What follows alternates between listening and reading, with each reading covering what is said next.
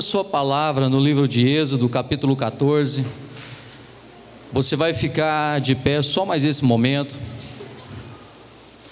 Sendo, pois, anunciado ao rei do Egito que o povo fugia, mudou-se o coração de Faraó e dos seus oficiais contra o povo, e disseram: que é isto que fizemos, permitindo que Israel nos deixasse de servir?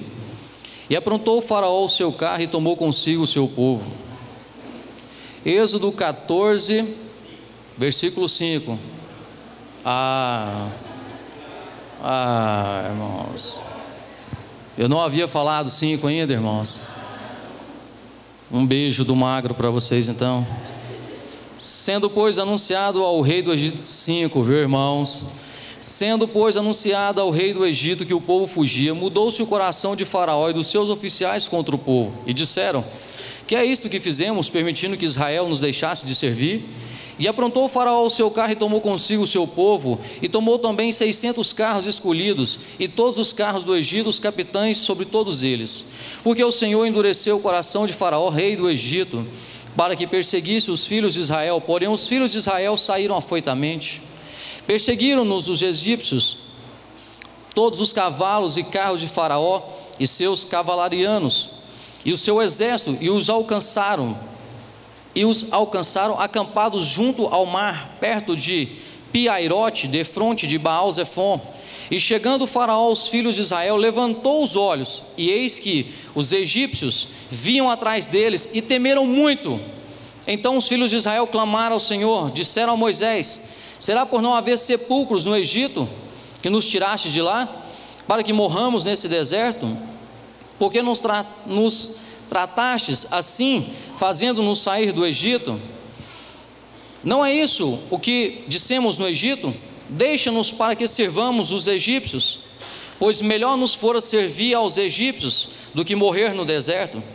Porém Moisés respondeu ao povo: não temais, aquietai-vos e veja o livramento do Senhor, que hoje vos fará, porque os egípcios que hoje vedes, nunca mais o tornarão a ver. O Senhor pelejará por nós. Amém, irmãos? Pode tomar o seu assento. Irmãos, sempre que eu preparo essas mensagens, eu tenho sempre um cuidado no meu coração de preparar algo que, para você que é líder, que vai estar ministrando, tenha total facilidade de levar uma palavra na célula. Então, quando eu preparo uma ministração, eu me coloco no seu lugar. Eu me vejo no seu lugar passando essa mensagem lá na célula. Então ela foi dividida em tópicos muito claros, objetivos. Mas se você trouxe uma caneta, provavelmente vai sair algumas pérolas preciosas aqui, se você quiser anotar. Porque eu entendo que para nós nesses dias Deus tem algo um pouco mais além daquilo que já está aqui na ministração. Muitas vezes, irmãos, nós nos encontramos sem saída. Essa história, na verdade, é um clássico do Antigo Testamento. Muitos conhecem essa passagem por causa de algo que marcou ela, que é a abertura do Mar Vermelho. Então muitos conhecem essa passagem, crianças conhecem essas passagens. E quando nós olhamos para essa história, nós encontramos um povo, irmãos, um povo de Deus. Não era um povo qualquer. Vai prestando bem atenção, era um povo de Deus. E mesmo sendo um povo de Deus, se viu em uma situação sem saída. E às vezes nós somos tendenciosos, irmãos, a achar que nós não passamos por situações assim. Às vezes nós achamos que pelo fato de entregarmos a nossa vida a Jesus, nós não passamos por situações. A Bíblia diz que o sol vem para o justo e para o injusto. A chuva também é para o justo e para o injusto. Todos nós, irmãos, estamos sujeitos a ser atropelados, estamos sujeitos a ter enfermidade. Se nós formos olhar a palavra de Deus, nós olharmos a história da igreja, nós vamos perceber. Às vezes nós queremos questionar alguns tipos de morte por ser cristão, mas se nós olharmos os cristãos lá da igreja primitiva, se nós formos olhar a morte, como eles morreram, irmãos, só mortes terríveis, os mártires da igreja. Então todos nós às vezes encontramos sem saída, seja ela na sua vida emocional, espiritual. Vai ter momento na minha vida e na sua vida que nós vamos nos encontrar como esse povo, sem saída. E o que me chama a atenção é que esse povo servia a Deus, e esse povo tinha um líder. Esse povo servia ao Deus de Israel, Deus Todo-Poderoso. E esse mesmo povo tinha um líder que para a sua época e para os seus dias foi o maior líder de todos os tempos da sua época, Moisés. Então esse povo tinha um Deus a seu favor, esse povo tinha um líder, um pastor ao seu favor, mas mesmo assim, esse povo se viu diante de uma situação complexa na vida deles. E eu quero dizer para você, meu irmão, fique tranquilo, segure firme. As dificuldades fazem parte dessa vida, o sofrimento faz parte dessa vida. Deus nos colocou nessa terra e nós vamos passar por essas coisas também, mas em todas elas nós somos mais do que vencedores em Cristo Jesus. Deus nos colocou nessa terra, irmãos, para sermos canais, bênçãos na vida uns dos outros, mas vai ter momento que você e eu vamos nos encontrar num beco sem saída, e isso não significa que você não é um crente fervoroso, isso não significa que você não é cheio da unção, não significa que você não é um cristão de verdade, significa que você é um cristão verdadeiro, você é um ser humano e entende que passa por essas coisas. Todos nós passamos. Um dia eu conversava com uma pessoa e ela dizia assim: um dia eu quero ser pastor. Eu disse: por que você quer entrar nesse caminho? Porque vocês estão numa escala celestial que não passa por luta. Eu olhei para ele: quer trocar comigo? Eu tomo o seu lugar e você toma o meu. Falei: querido, se você está entrando com essa perspectiva, desiste. Vai ser contador, vai ser qualquer outra coisa, menos pastor. Mas quando nós encontramos momentos sem saída, a questão, irmão, não é estar sem saída, a questão é como nós reagimos sobre essa saída. Versículo 12, a palavra de Deus diz que quando eles se depararam com uma dificuldade, eles disseram: mas por que você nos tirou do Egito? Era melhor que nós voltássemos e morrêssemos lá. Tem muita gente querendo voltar atrás nesses dias. Tem muitas pessoas que ainda não entenderam, o caminho do sucesso é longo. O caminho do sucesso nem sempre é uma escada, é uma rampa, você tem que subir arrastado, você tem que subir ajoelhado. Nem sempre, irmãos. O caminho do sucesso não é fácil. E esse povo, quando se deparou com a primeira dificuldade, com o primeiro empecilho, eles começaram a questionar: era melhor se nós estivéssemos lá, voltado atrás, vivêssemos aquela vida que outrora tínhamos antes. Igreja, muitos de nós às vezes falamos dessa forma: ah, mas eu estou sendo cristão, eu estou passando uma luta, eu estou enfrentando uma guerra tão grande. Quando eu não era cristão, não passava por isso. Deus está moldando a tua vida, a minha vida, querido. Deus está moldando. O tamanho do gigante é o tamanho da bênção, é o tamanho da vitória também. Evangelho sem luta não é evangelho. Evangelho sem luta não é evangelho, não há conquista, não há glória nenhuma nisso. Deus vai abrir uma porta para você nesses dias, mas nós precisamos entender, irmãos, nós somos um grupo separados pelo Senhor para esse tempo. E uma das primeiras coisas, eu até coloquei no texto aqui, quando você se encontra em um beco sem saída, em uma situação onde você não sabe o que fazer, a primeira coisa está no versículo 10, nós podemos aprender com eles. Eles clamaram ao Senhor. Clamaram, irmãos. O nosso segredo é clamar a Deus. A vitória de um cristão se define naquilo que nós clamamos. O papel da igreja é clamar. O papel da igreja é orar. O papel da igreja não é questionar A ou B. O papel da igreja não é apontar o dedo para alguém. O papel da igreja é orar, orar, orar, orar e orar e clamar.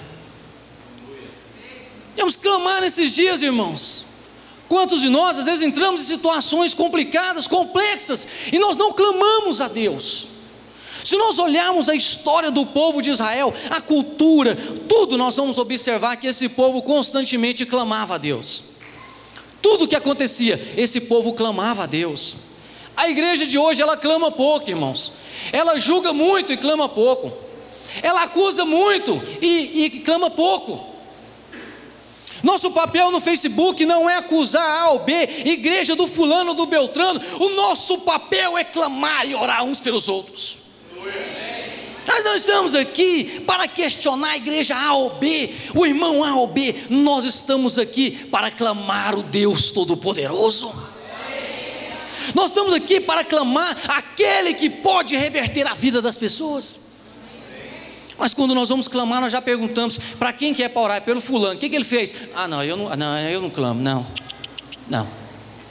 não, me leve a mal, mas aí nesse caso eu não vou clamar. Clamar, irmãos, devemos clamar, buscar. Invocar-me-ei e te responderei e te anunciarei coisas que ainda estão ocultas diante dos teus olhos. Quando você clama a Deus, Deus traz revelações que ainda não tinham vindo no teu coração. Quando você clama, Deus começa a revelar segredos no teu ouvido. Quando nós clamamos, o próprio Deus se encarrega através do Espírito Santo de trazer revelações para nos tirar de situações difíceis. Invoca-me no dia da angústia e eu te trarei livramento. Está sem saída? Está sem saída? Você está se encontrando sem saída? No seu negócio, na sua família? Então louve, simplesmente louve. Está sofrendo, louve. Não importa, louve. Vamos ficar por aqui mesmo, tá bom. Clamei o Senhor na minha angústia e Ele me trouxe livramento. Irmãos, nós temos que clamar ao Senhor. Se o Senhor trouxe livramento para o povo de Israel, Ele vai trazer livramento para mim, vai trazer livramento para você, vai trazer livramento para a sua família, vai trazer livramento para os teus vizinhos. Ele vai trazer. Pastor, e para quem não é cristão, Ele vai trazer também, porque Ele não faz exceção de pessoas. Clamar. Eles clamaram. Quando eles perceberam que estavam acuados, eles não começaram a questionar. A primeira coisa, eles questionaram depois, mas primeiro eles clamaram. Mas agora eu quero dizer algo para você. Nós estamos vivendo numa geração, e essa geração é uma geração que quase não clama a Deus. Eu quero te dizer por quê. Há muitos fatores, claro, mas um dos fatores pelos quais a igreja de Jesus hoje não clama mais é porque boa parte da igreja não acredita. Boa parte da igreja não acredita tanto naquilo que se lê, não acredita tanto naquilo que se ouve. Nós estamos vivendo um momento, irmãos, da vida da igreja, que a igreja não clama, não há um fervor como havia antes. Sabe por quê? Há algo que está sendo infiltrado na igreja, você precisa entender a respeito disso. Há algo que já está na igreja há muito tempo, mas nesses últimos dias ela tem se disseminado com uma forma muito grande, e pessoas estão sendo atingidas por esse pensamento, ou de forma direta ou de forma indireta. Muitas pessoas estão debaixo de um pensamento, que é o pensamento humanismo. O humanismo é a filosofia moral que coloca os seres humanos como principais numa escala de valores. Isso é o humanismo. Coloca os seres humanos numa escala de valor como sendo os principais. Presta essa cadeira aqui, meu irmão. Presta essa cadeira aqui, pega para mim. Pega aqui. É mais ou menos isso aqui. Olha o que essa filosofia tem trazido para nós. A nossa vida, irmãos, o nosso entendimento, a nossa doutrina cristã, nós entendemos que Deus é o centro de todas as coisas. Amém? Sim ou não? Deus é o centro de todas as coisas. Nós sabemos disso. Nós sabemos que Ele está aqui, ó. E quando nós entendemos que Deus está aqui, nós mudamos o nosso pensamento. E nós então começamos a entender que não é Deus que gira em prol de nós, mas é nós que giramos em prol de... Está entendendo? Está entendendo? É nós que giramos, é nós que trabalhamos em prol de Deus, e não Deus que trabalha em prol de nós. Mas esse pensamento humanista, ele faz diferente, ele pensa diferente. Ele pega Deus, tira Deus do centro, coloca Deus do lado, pega o homem, e o homem agora é o centro. E quando o homem é o centro, o pensamento muda. Agora é o contrário. Agora não é eu trabalhando para Deus, é quem trabalhando para quem agora? É Deus trabalhando para mim. Esse é o raciocínio da vida da igreja hoje. Um Deus que trabalha, mas a Bíblia diz que o Senhor trabalha. Ele trabalha mesmo, irmãos. Eu não estou tratando aqui de uma questão doutrinária, eu estou tratando de um pensamento, de uma mudança de pensamento. A igreja tem que mudar o pensamento. Não é eu e você no centro, é Cristo no centro. É Ele no centro. Nós podemos dizer amém? E o pensamento humanista, ele funciona da seguinte forma: o homem, quando eu digo homem, é homem e mulher. O homem dá sentido para si próprio, ou seja, o homem guia a si mesmo. Nós estamos vivendo uma geração que não clama mais a Deus, porque nós estamos vivendo uma geração humanista, onde as pessoas não confiam mais em Deus, confiam em si mesmas, confiam nas suas habilidades, confiam nos seus talentos, e quando se encontra diante de uma situação, de um beco sem saída, eles batem a mão no peito e dizem: já saí dessa antes, vou sair de novo. A igreja está sendo enfraquecida, irmãos. Se nós não mudarmos a nossa concepção, se você não começar a clamar pela sua família, se você não começar a clamar por aquilo que está à sua volta, pare de acreditar menos em você e acredite mais em Deus. Tire-se do centro e coloque-se Deus no centro, irmãos, e você vai ver que as coisas vão acontecer. Hoje, quando você conversa com um cristão, as palavras dele é mais ou menos assim: eu vou vencer, eu vou conquistar, eu vou prosperar, eu vou fazer isso, eu vou fazer aquilo, eu vou fazer isso, eu vou fazer. Mas em momento algum ele se esquece, em momento algum ele diz: eu vou fazer tudo isso, mas é porque o meu Deus está no controle de todas as coisas. Esse pensamento, irmãos, ele funciona da seguinte forma: quem trabalha com multimídia sabe disso. Quem trabalha nessa área de coach sabe disso. Quem trabalha com marketing sabe disso. Sabe do que eu estou dizendo? Nós somos uma igreja. Nós estamos aqui dentro, mas nós estamos no mundo. Nós fazemos parte do mundo. Estamos sujeitos ao sistema do mundo lá fora. E sabe como esse mundo funciona nos dias de hoje? É o mundo da competitividade. É o mundo aonde vence o melhor, aonde quem sobressai é o melhor, e a sua cabeça é bombardeada, a sua cabeça, a minha cabeça é bombardeada todos os dias pela televisão, pela mídia, palavras do tipo: você vai chegar lá, você pode, ninguém vai te deter, você vai, você vai, você vai, você vai, e você começa a pensar que você vai, só que você vai sem Deus, sem Deus. E esse pensamento tem entrado em nós, irmãos. Se você pegar pessoas que trabalham nessa área de marketing, conversa com eles para você ver. Se não for um cristão equilibrado, é um soberbo terrível. Conversa com essas pessoas, irmãos. Pessoas treinadas para vencer, treinada para vencer, treinada para vender, treinada para ser melhor do que todo mundo. Ah, se eu coloco aqui, ó, líder de célula do mês, acabou, isso aqui ia virar uma bomba isso aqui. Líder de célula do mês, tinha gente que ia pagar por cabeça para ir na célula dele. Eu pago 50 por cabeça. Mas irmão, você vai, eu não estou disposto, irmão, dinheiro para mim não é nada, o que importa é minha cabeça lá na frente, lá todo mundo me vindo lá. Nós estamos vivendo uma geração humanista, uma geração que quer aparecer muito e não quer fazer com que Cristo apareça.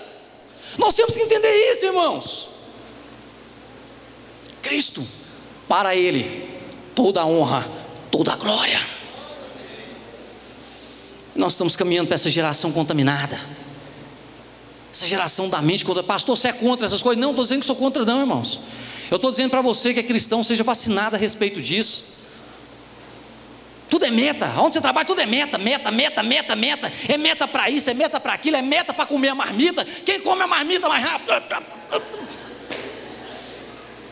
Quem chega no ponto de 11 mais rápido? Meta, tudo é meta. Tudo é meta. Aí você começa a viver isso na vida espiritual.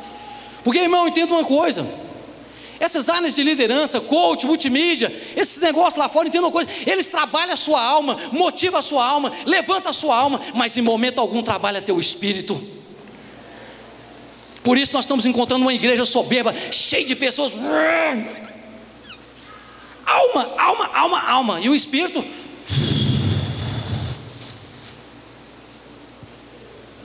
sim ou não? Sim ou não? Eu já fui assim, irmão. Eu já fui assim. Mas eu encontrei o caminho. Por encontrar o caminho, eu estou te ajudando a encontrar também. É muito fácil cantar. Mais de Deus e menos de... Mas na prática não tem sido assim. Mais de mim, menos de ti. Sim ou não? Pega na mão do seu... Essa pessoa que está do seu lado, tira a atenção dele, fala: ô meu irmão, não fica assim não, é Deus falando.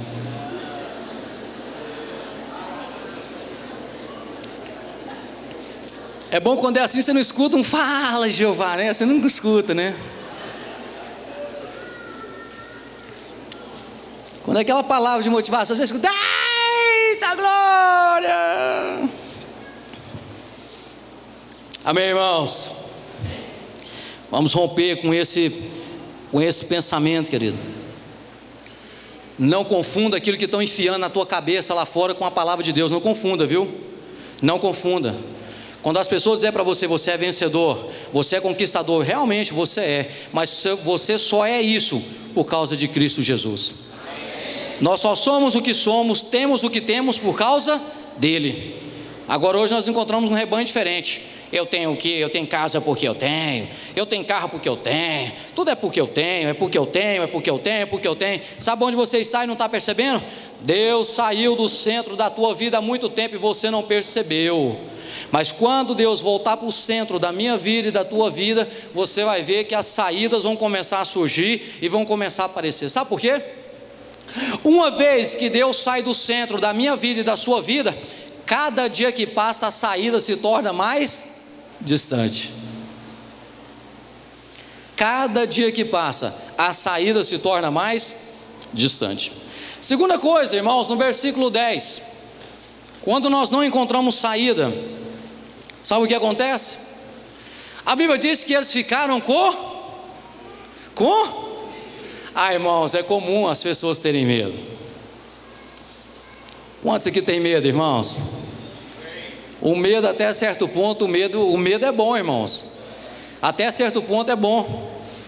Você sabia que em Goiânia, principalmente aqui em Goiânia, muitas pessoas têm sido assassinadas nesses dias, porque a pessoa chega para assaltar, quem tem medo, agora quem não tem medo, ele quer virar o Robin Hood, quer virar o Zorro, aí reage, quem reage, morre, irmãos. Então nesse caso o medo é bom, nesse caso o medo é importante. Agora eu falei aqui de manhã, irmãos, e se tem uma raça que precisa ser estudada melhor, é o homem. O homem é uma raça que precisa ser estudada melhor. Homem não tem medo, homem tem nojo. Você fala para uma mulher: você tem medo de barata? Ela fala assim: eu tenho. Você fala para um homem: você tem medo de barata? Medo não tem não, tem nojo.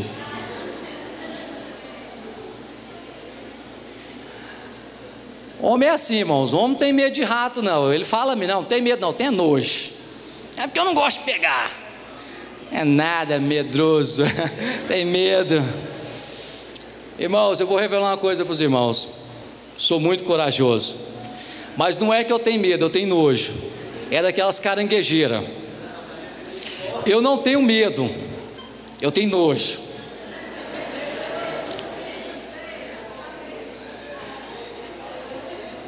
E um dia eu estava lá em casa, eu encontrei uma aranha. Não era nem uma caranguejeira, era uma aranha.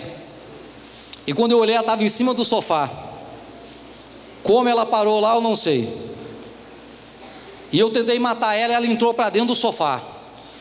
E eu me determinei naquela noite: um de nós dois vai embora dessa casa. 3, eu, a aranha ou o sofá.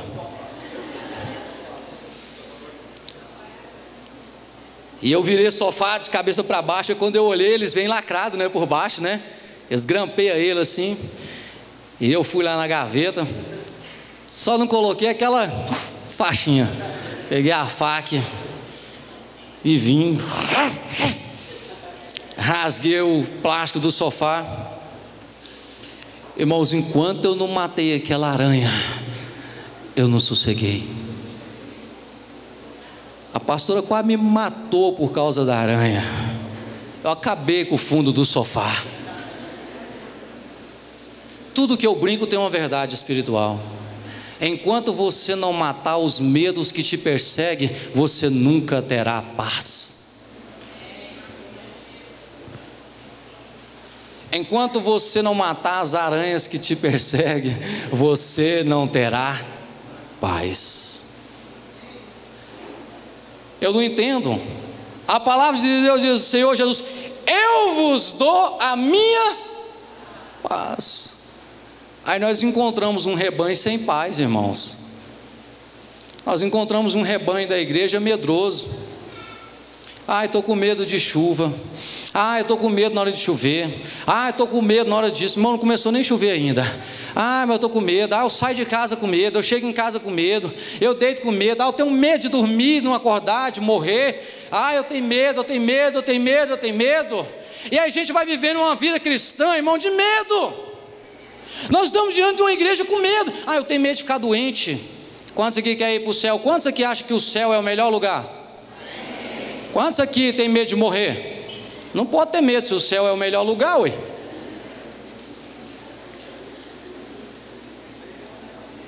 Se lá é tão bom assim, para que é medo de morrer? Mas nós estamos vivendo assim, irmãos, uma igreja com medo. Eu não entendo isso. E eu quero dizer algo para você. Depois você põe um hashtag pastil aí. Talvez você não serve a Deus porque você o ama. Você serve a Deus não é porque você ama Ele, é porque você tem medo do diabo.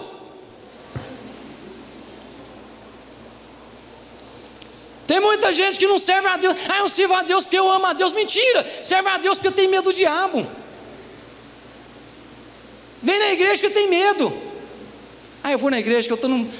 essa semana meu coração começou a bater. Ai, meu Deus, eu vou para o culto. Ah, eu vou para o culto. Meu coração começou a bater. Nossa, meu bem, estou sentindo uma falta de ar. Me leva para o culto. Me leva para o culto esse final de semana. Essa tem sido a vida cristã de muitos. Não anda com Deus porque ama a Deus. Anda com Deus porque tem medo. Tem gente que vem na igreja porque tem medo. Medo de ficar pobre. Medo de não casar. Medo de ficar mais feio. Aí vem para a igreja. Aí vem para a igreja. Medo do casamento acabar. Medo dos filhos despencar.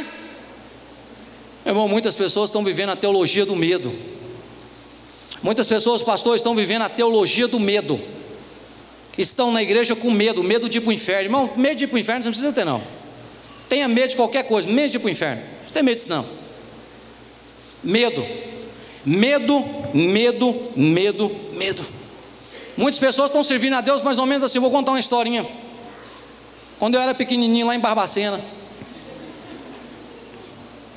sou de Goiânia, eu tinha um amigo. Eu não gostava dele, mas eu só andava com ele. Eu não gostava dele, mas eu só andava com ele. Ninguém batia em mim, mas eu não gostava dele, mas eu só andava junto com ele. As pessoas iam bater em mim e falavam: sou amigo do fulano.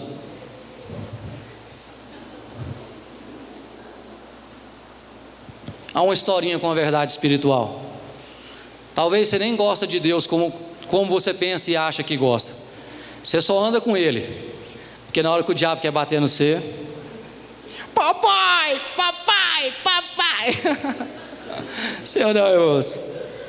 Tem muita pessoa num relacionamento assim com Deus, irmãos. Tem muita gente vivendo um relacionamento de igreja assim. Está perdendo tempo, melhor se nem estivesse aqui. Está perdendo tempo, isso não é vida cristã não, irmãos. Nosso relacionamento com Deus é de pai para filho, e não de guarda-costa. Vem agora, diabo, vem agora que eu estou na igreja. Vem fervendo agora, vem agora. Por isso que às vezes a gente rebenta com a cara no muro, irmãos, porque a gente tem esse pensamento. A gente acha que Deus é o Ghost. É Ghost o nome do filme? Ghost, é isso mesmo? O guarda-costa? É isso mesmo? É? Não é não, né? Qual que é? Hã? É o guarda-costa, gente, é o nome do filme, brincadeira. Cadê as pessoas mais antigas aqui, gente? Cadê as pessoas de 10 anos atrás? Parece que ninguém viu esse filme. Ajuda aí, tá misturando os personagens tudo aí. Estão me confundindo aí. Mas a verdade é essa, irmãos. Uma igreja vivendo um relacionamento com um Deus de guarda-costas. E a ideia que se tem nesses dias é difícil, sabe por quê? A ideia que se passa é que a igreja é fraca e o inferno é forte. As portas do inferno não prevalecerão contra a igreja. Mas quando eu olho para a igreja parece que é diferente. As portas da igreja não prevalecerão contra o inferno. É um povo com medo, é um povo assustado, é um povo que não sonha, é um povo que não se arrisca, é um povo que não dá um passo além daquilo que olha com os próprios olhos, irmãos. Medo, medo, medo, medo e medo. Pastor, eu posso ter medo? Pode, você não pode ter pânico. Medo faz parte, irmãos. O ruim é quando o seu medo passa a ser pânico, porque o pânico traz desespero. Nós estamos vivendo um momento, irmãos, de igreja assim interessante. Deixa eu beber uma água aqui, vou contar um segredo para vocês.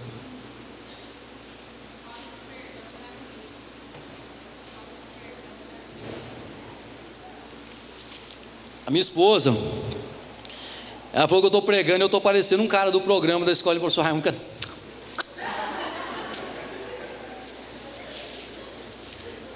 Aí agora ela é minha guia, ela fica ali, ela fica assim, ó. Não é dose de bebida não, tá, irmã? Ela fica assim, ó. Uma aguinha. Falta de perdão também gera medo, viu, irmãos? Falta de perdão gera medo. Quem não perdoa anda no medo. Na década de 90, irmãos, começaram a surgir alguns movimentos, além do movimento pentecostal, que já tinha antes. Surgiram alguns movimentos conhecidos como movimentos neopentecostais. E dentro desses movimentos neopentecostais, surgiram algumas igrejas que ressurgiram a prática do exorcismo, ou seja, a prática de expulsar demônios. E a partir de então, irmãos, essas igrejas começaram a crescer, essas igrejas tomou espaço. E outrora se ministrava muito sobre a presença de Deus, o Espírito Santo, e essas ministrações começaram a tomar lugar. É demônio para cá, é demônio para cá, é libertação para cá, é libertação para lá, é encosto A, encosto B, encosto sim, você pode escolher qual encosto você vai comprar. São vários tipos de encosto. E a sociedade então começou a ficar alienada nesse pensamento e nesse raciocínio. O camarada sai de casa, quando ele vai abrir a porta do carro, a porta não abre, ele, é um encosto. É um encosto. É um encosto. Chega no trabalho, ele recebe aquela palavra assim: você está demitido. É um demônio agindo. Chega em casa, o gás acabou. Demônio do botijão.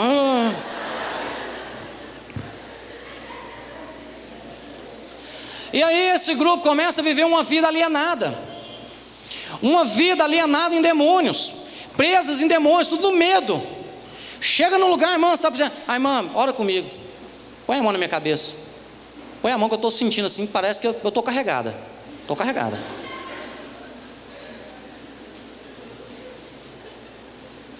Uma vez uma pessoa perguntou para mim assim: pastor,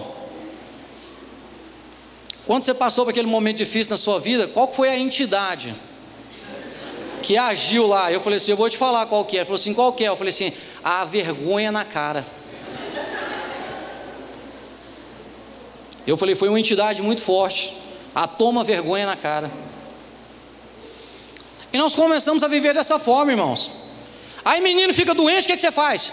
Vai lá e... Está entendendo, irmãos? Está entendendo? Medo, medo, medo, medo, medo, medo, medo e medo. Então nós convivemos com a igreja hoje que tem mais medo do diabo do que confiança no próprio Deus. Medo, irmãos. Medo. Não faz nada porque está alienada no medo. Amém, irmãos? Glória a Deus. E eu quero te dar algumas verdades aqui para dizer para você. E eu quero tirar isso da sua cabeça. Pastor, demônios existem? É lógico, irmãos, existe. Eu não estou menosprezando a existência dos mesmos. Eu só estou apenas trazendo um conceito para a sua vida. Uma vez sendo liberto, libertos para sempre, irmãos. Se o Filho vos libertou, verdadeiramente sereis libertos. E nós estamos vivendo uma caminhada cristã mais preocupada com o que está atrás de nós do que com o que está à nossa frente, irmãos. Você vai vencer esses meses na tua vida, meu irmão. Boa parte das coisas na sua vida não estão ligadas a demônio, estão ligadas ao medo, estão ligadas ao psicológico. É o seu psicológico, é você. O diabo de certa forma conseguiu entrar aí, você não consegue mais sair disso. O medo faz com que nós perdemos a visão de quem é Jesus. Está aí no texto aí. Jesus vinha andando sobre as águas. Quando os discípulos viram ele andando sobre as águas, pensou que ele era um fantasma e ficou com medo. Quando você tem medo, você não consegue ver quem é Jesus na tua vida. Quando você tem medo, você não vê Jesus na tua vida. Você não vê Jesus na tua empresa, você não vê Jesus na tua família, você não vê Jesus em quase nada, porque você está com medo. Quando nós temos medo, uma vida cristã de medo, e nós não podemos ter uma vida cristã de medo, nós devemos viver pela graça e pela fé, e não pelo medo. Não vos dê espírito de medo, de covardia, mas espírito de coragem e de ousadia. Segunda coisa também, irmãos, o medo nos impede de conquistar. Muitos não conquistam mais por causa do medo. Não investe porque tem medo. Tudo é medo, tudo é medo. Vou dizer para você, meu irmão, clama ao Senhor, busca a direção de Deus. Pode ser que muitas coisas na sua vida é um livramento de Deus. Talvez você está querendo entrar por um caminho, Deus está te dando um livramento. Talvez você está querendo entrar por um lado, irmãos, e não está entendendo. Deus está te dando um livramento e você não está entendendo. Não se iluda, irmão. Nós não vamos viver aqui o tempo todo nessa terra, não. Uma hora ou outra nós vamos morrer, seja de câncer, seja do que for. Uma hora nós vamos morrer, uma hora nós vamos partir. Uma hora a gente vai. Se a gente viver essa vida pelo medo, filho não pode ir em lugar nenhum. Tudo é medo, medo, medo, medo. Mas se tiver que morrer, vai morrer na tua casa, no teu colo. Confia no Senhor e o mais Ele fará. Nós cristãos temos que mudar isso, porque nós estamos convivendo com uma sociedade medrosa. Nós estamos convivendo com uma sociedade medrosa. A igreja é uma resposta para essa sociedade. Mas se nós, a igreja, formos medrosos como as pessoas lá fora, como nós vamos poder ajudar essas pessoas? Como? Como que nós vamos poder ajudar? Como que você vai poder auxiliar alguém lá no seu trabalho, se você tem mais medo do que essa pessoa? Como? Como que nós vamos poder ajudar? Primeira coisa é clamar, e a segunda coisa, nós precisamos vencer os nossos medos. Você vai casar, é só perder o medo. O primeiro foi feio, o segundo vai ser mais bonito. A primeira empresa fechou, mas a segunda vai dar certo. A primeira faculdade não deu certo, a segunda vai dar certo. A primeira bolsa não saiu, a segunda vai sair. Pare de olhar para o que ficou para trás e comece a olhar para o que está à frente. Se eu fosse olhar para o que está atrás, eu não estaria aqui, irmãos. Eu não sou um homem de medo. Eu não sou um homem de medo. Eu sou um homem de coragem, irmãos. Da mesma forma que eu já tive as coragens para errar, eu tive as coragens para assumir e para buscar o caminho novamente. E eu digo para você, é tempo de nós, igrejas, vencermos os nossos traumas e os nossos medos. Amém, queridos? Outra coisa interessante,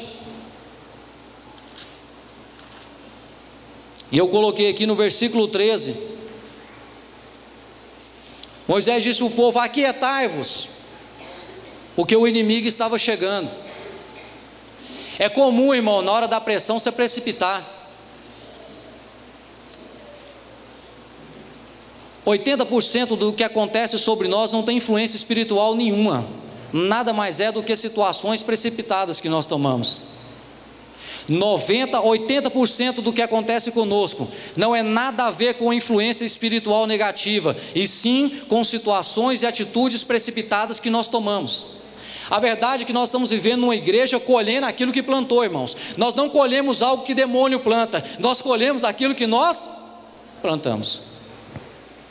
Mas nós queremos espiritualizar essas coisas, queremos arrumar um culpado para sair do sentimento de culpa. Mas a verdade é que nós temos precipitado, sabe por quê, irmãos? Quando você tem um cheque para cobrir, quando você está diante de uma dívida, quando você está com o seu filho internado, você está com o seu filho nas drogas, aí você precipita, porque a primeira porta que abre, você entra por ela. A primeira porta que abre, você entra, sem direção nenhuma. As pessoas na época da pressão, quando estão ali com pressão, quando uma pessoa está pressionada, a primeira porta que abre, ela corre e entra, sem direção nenhuma.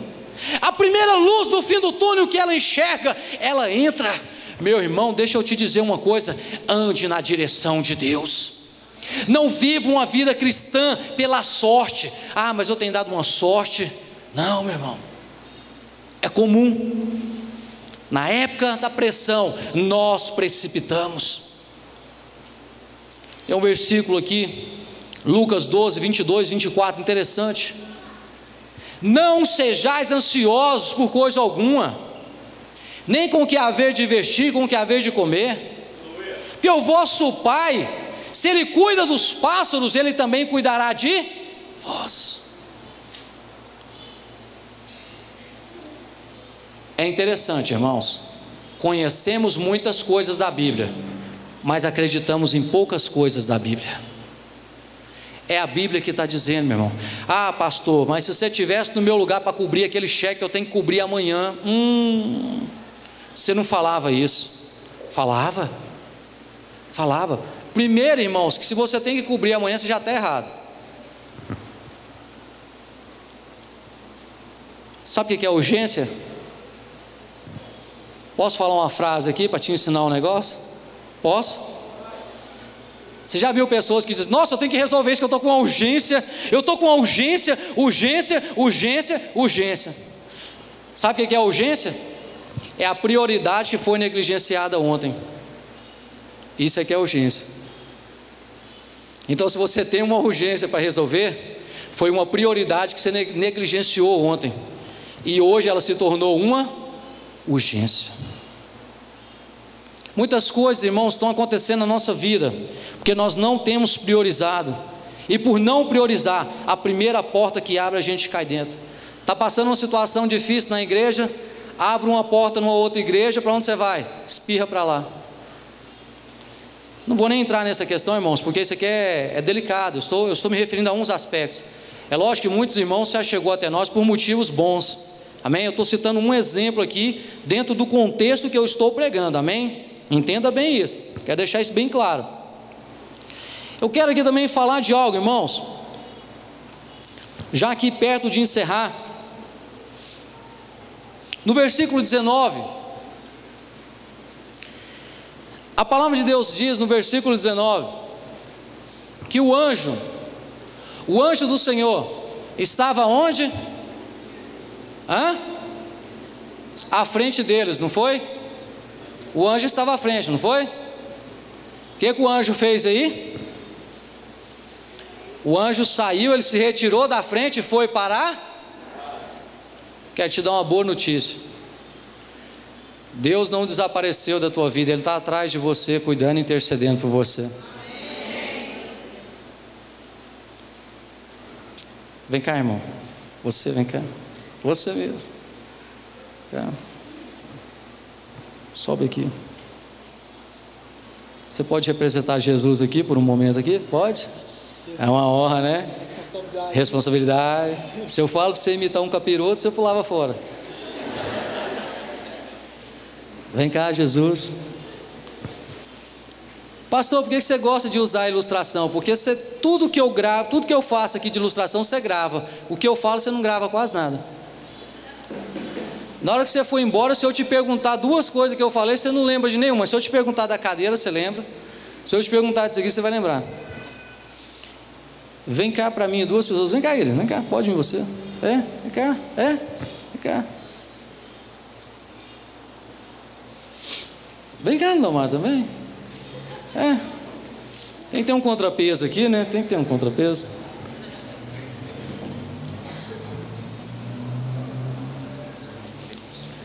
Irmãos, nós precisamos entender algumas coisas na vida cristã. A palavra de Deus fala que o anjo estava à frente. Eu acho que de cá fica melhor, irmãos, vamos ficar de cá. A palavra diz que o anjo estava à frente. Na medida em que o inimigo se aproximava e o medo aumentava, o que o anjo fez? Ele saiu da frente e passou para a parte de trás.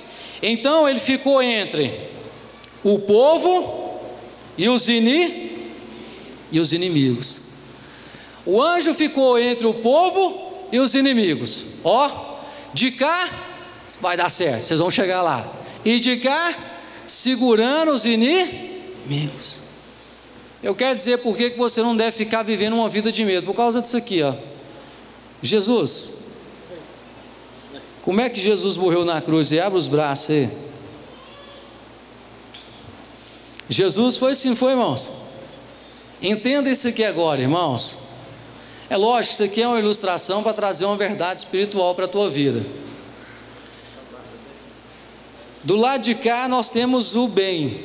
O Lindomar vai ser o mal. Porque o Lindomar é meu discípulo e facilita mais, entendeu, irmãos? Você é o bem. Mal, vem cá, mal. E o Lindomar é o mal. A vida cristã, irmãos, por que você não deve viver uma vida de medo? Você deve viver uma vida de graça, uma vida de fé, uma vida de amor, uma vida de esperança, uma vida de sucesso. Você precisa entender essas revelações simples da vida, irmãos. Olha aqui, de cá nós temos o mal. Quando Cristo morre na cruz e Ele abre os braços aqui, Ele está aqui, irmãos, do lado de cá tem você, do lado de cá tem o mal. Mal, chega nele lá, mal, tenta chegar nele, vai lá. É mais ou menos isso aqui, irmãos. Esse é o propósito de Cristo na cruz do Calvário. Ele levou sobre si dores, enfermidades. Ele levou sobre si todas as coisas.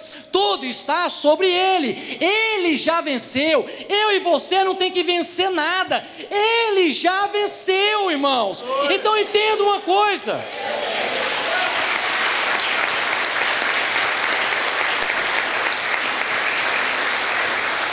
Entre você e o mal sempre estará Cristo de braços abertos, dizendo: aqui você não toca, aqui não. Entendeu isso, irmãos? Deus abençoe vocês. Obrigado, querido. Amém. Obrigado, irmãos. Depois a igreja paga um lanche para vocês.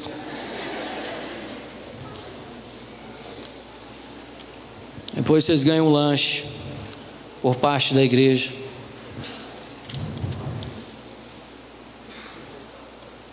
Eu quero te dar 4 verdades para acabar com esse negócio de eu tenho medo, eu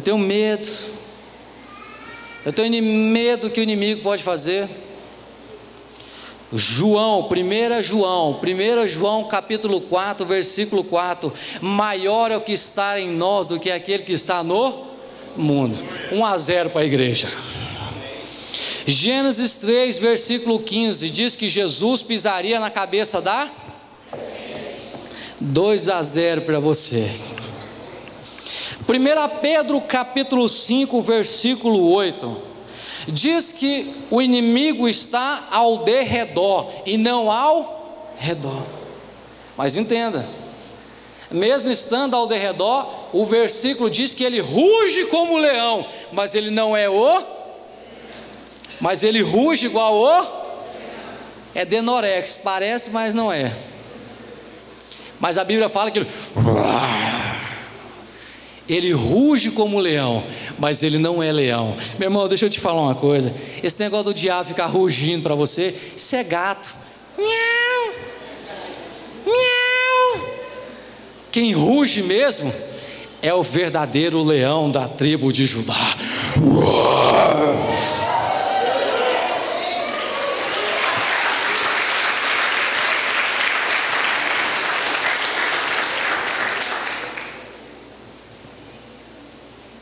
Não tenha medo. Não tenha medo.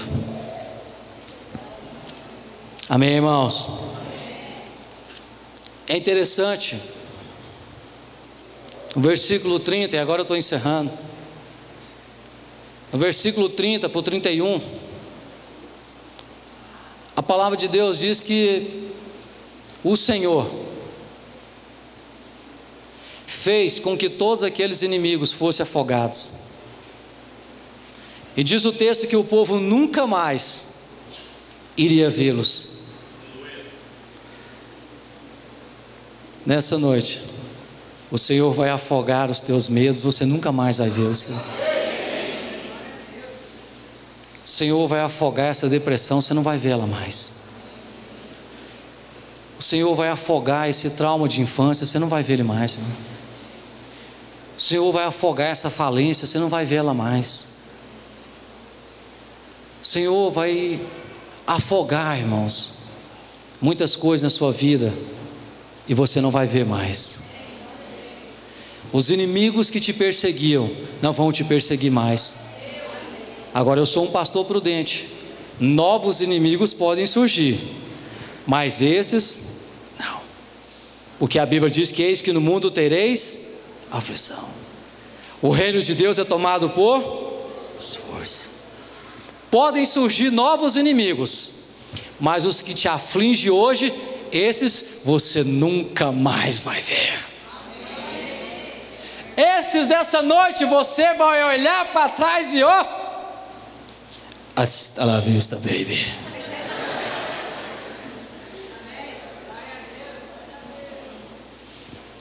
Mas isso não vai acontecer só porque você ouviu a pregação. Só vai acontecer se você tomar posição dos princípios bíblicos que são aplicados. Conhecereis a verdade vos libertará. Quantos querem ser libertos desse medo hoje? Fique de pé.